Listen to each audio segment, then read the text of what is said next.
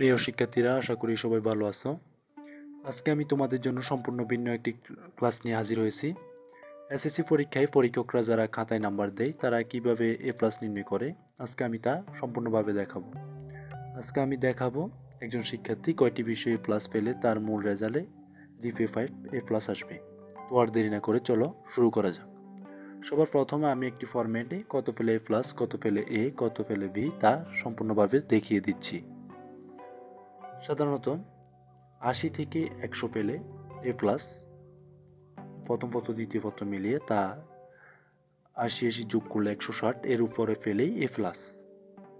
70 থেকে 79 পেলে এ, 60 থেকে 69 পেলে এ মাইনাস, 50 থেকে 59 পেলে বি, 40 থেকে 49 পেলে সি এবং 33 থেকে 39 পেলে ডি, 33-এর নিচে পেলে ফেল অর্থাৎ এফ ফেল বলে গণ্য করা হবে।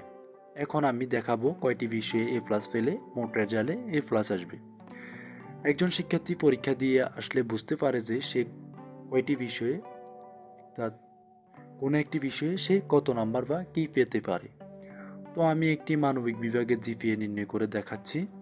তো তোমরা ক্ষেত্র বিশেষে কমার্সের ছাত্রছাত্রী হলে সেই অনুযায়ী তোমাদের বিষয়গুলো দিয়ে দিবে এবং সায়েন্সের ছাত্রছাত্রী হলে সেই অনুযায়ী সায়েন্সের বিষয়গুলো দিয়ে দিবে।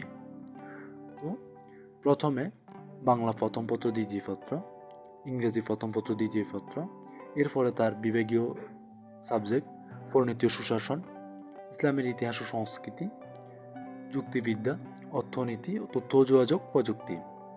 এখানে অপশনাল হিসেবে যুক্তিবিদ্যা বিষয়টিকে নেওয়া হয়েছে, আর যুক্তিবিদ্যা বিষয়টি ব্যতীত আর 6টি সাবজেক্ট আছে। এখন আমি কম্পালসারি যে সাবজেক্ট আছে সেই সাবজেক্টগুলো সে কত পেয়েছে তা দেখাচ্ছি। এটি সম্পূর্ণ কাল্পনিক, তোমরা তোমাদের যে বিষয়ে কত পেতে পারো সেই অনুযায়ী তোমরা ধরে নেবে। সে বাংলাতে পেল এ প্লাস, ইংরেজিতে এ, পরিণীতি ও সুশাসনে এ, ইসলামের ইতিহাস ও সংস্কৃতিতে এ প্লাস, অর্থনীতিতে এ, তথ্য যোগাযোগ প্রযুক্তিতে পেল এ এবং অপশনাল বিষয়ে পেল এ প্লাস। এখন শিক্ষার্থীরা একটা জিনিস লক্ষ্য করো, অপশনাল বিষয়ের ক্ষেত্রে সাধারণত অপশনাল বিষয়ে একজন শিক্ষার্থী যতই পাক না কেন সেখান থেকে তাকে 2 পয়েন্ট বিয়োগ করে যে পয়েন্টগুলো পায় তা দেওয়া হয়। অর্থাৎ কোনো শিক্ষার্থী যদি অপশনাল বিষয়ে 5 পয়েন্ট পায় তাহলে সেখান থেকে 2 পয়েন্ট বিয়োগ করে দেওয়ার পর তাকে 3 পয়েন্ট দেওয়া হয়। যদি 4 পয়েন্ট পায় সেখান থেকে 2 পয়েন্ট বিয়োগ করে দেওয়ার পর তাকে 2 পয়েন্ট দেওয়া হয়। আর এই পয়েন্টগুলো মূল বিষয়গুলোতে যদি টান থাকে কম্পালসারি বিষয়গুলোতে সেই বিষয়গুলোতে যোগ করে ওই বিষয়টিকে নাম্বার বেড়িয়ে দেওয়া বা বাড়িয়ে দেওয়া হয়। অর্থাৎ যদি কোনো শিক্ষার্থী ইংরেজিতে এ পেল, অপশনাল বিষয়ে তার যে পয়েন্ট আছে সেখান থেকে 1 পয়েন্ট নিয়ে তাকে 5 পয়েন্ট বানিয়ে দেওয়া হবে। এখন শিক্ষার্থীরা, এই শিক্ষার্থীটি অপশনাল সাবজেক্টে পেল 5 পয়েন্ট। এখন আমরা উপরে 4টি বিষয়ে পেয়েছে এ, আর বাকি 2টি বিষয়ে পেয়েছে এ প্লাস। এখন এখানে যে অপশনাল সাবজেক্টের 2টি বিষয়ে যে তোমাদের যে 3 পয়েন্ট আছে, যে 5 পয়েন্ট থেকে 2 পয়েন্ট বিয়োগ করে দেওয়ার পর যে 3 পয়েন্ট আছে সেই 3 পয়েন্টগুলোকে ভাগ করে দিয়ে দিব 4টি সাবজেক্টে। তো এখন ইংরেজিতে যদি 1 পয়েন্ট দিই সেখানে 5 পয়েন্ট হয়ে যাবে, পরিণীতিতে 1 পয়েন্ট দিলে সেখানেও 5 পয়েন্ট হয়ে যাবে, অর্থনীতিতে 1 পয়েন্ট দিলে সেখানেও 5 পয়েন্ট হয়ে যাবে। এখন একটি বিষয়ে শুধু 4 পয়েন্ট আছে, সেটি হলো তথ্য ও যোগাযোগ প্রযুক্তি। এখন যে সেখানে যে শিক্ষার্থীটি যে মোট নাম্বার পেয়েছে, মোট যে পয়েন্ট পেয়েছে সেই পয়েন্টগুলোকে যোগ করলে আমরা পাই বাংলাতে 5 পয়েন্ট, ইংরেজিতে 5 পয়েন্ট, পরিণীতিতে 5 পয়েন্ট, ইসলামের ইতিহাস সংস্কৃতিতে 5 পয়েন্ট, অর্থনীতিতে 5 পয়েন্ট এবং তথ্য যোগাযোগ প্রযুক্তিতে 4 পয়েন্ট।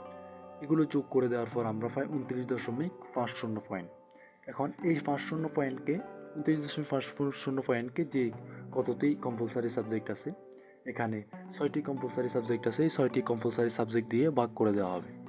এখন এই 6টি কম্পালসারি সাবজেক্ট দিয়ে ভাগ করে দেওয়ার পরে আমরা পাই 4.91।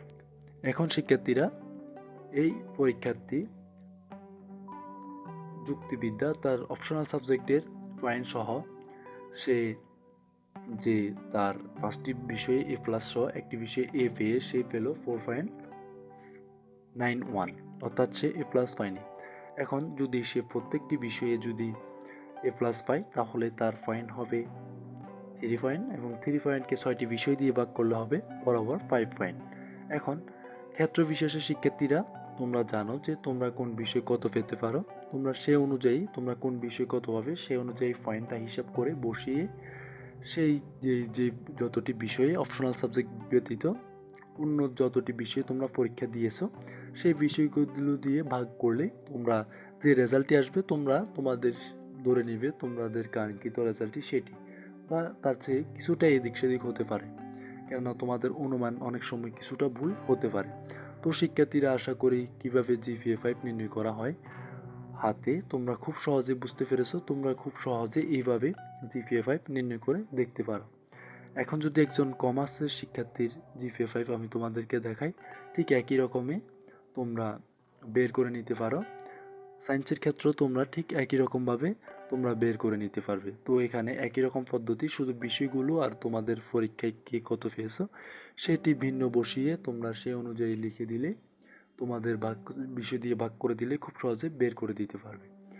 তো শিক্ষার্থীরা দেখা হবে আগামী ক্লাসে, ততদিন সবাই ভালো থাকো, সুস্থ থাকো। সবাইকে সাথে থাকার জন্য অসংখ্য ধন্যবাদ। আল্লাহ হাফেজ।